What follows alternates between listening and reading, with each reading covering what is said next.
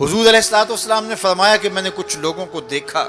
کہ پتھروں سے ان کے سر کچلے جا رہے ہیں، اور پتھروں سے کچلنے کی وجہ سے ان لوگوں کے سر کیمے کی طرح ہو جاتے، لیکن تھوڑی دیر کے بعد پھر صحیح ہو جاتے ہیں، لیکن پھر دوبارہ ان کے سر کچلے جاتے۔ تو میں نے پوچھا جبریل یہ کون لوگ ہیں؟ تو کہا کہ یہ وہ لوگ ہیں کہ جن کے سر نماز کی وجہ سے بوجھل رہتے تھے، نماز جن کو بڑی بھاری لگتی تھی، اذان کی آواز سنتے اور پھر دوبارہ سرہانے پہ سر ڈال دیتے اور اٹھنے کی ہمت نہ پڑتی، تو ان کے سر نماز کی وجہ سے بوجھل ہوتے تھے، اور آج ان کے سر پتھروں سے کوٹے جا رہے ہیں۔ تو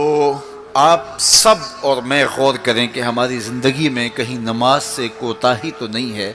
اور یہ بھی سن لیجئے کہ یہ معراج کا تحفہ خاص ہے جو حضور لے کر آئے ہیں۔ اسی لیے الصلاۃ معراج المومنین کہا گیا کہ نماز اہل ایمان کے لیے معراج ہے۔ حضور کا معراج تو یہ کہ دیدار الہی کیا اور وہاں تک پہنچے جہاں کسی کا تصور بھی نہیں پہنچ سکتا، لیکن اس امت کے لیے معراج یہ ہے کہ جب وہ پیشانی سجدے میں رکھ کے سبحان ربی الاعلیٰ کہتی ہے، اتنی رحمتیں برستی ہیں کہ اگر لوگوں کو پتہ چل جائے کہ ہم جب سجدے میں ہوتے ہیں تو کتنی رحمتیں برستی ہیں، تو وہ سجدے سے سر ہی نہ اٹھائیں۔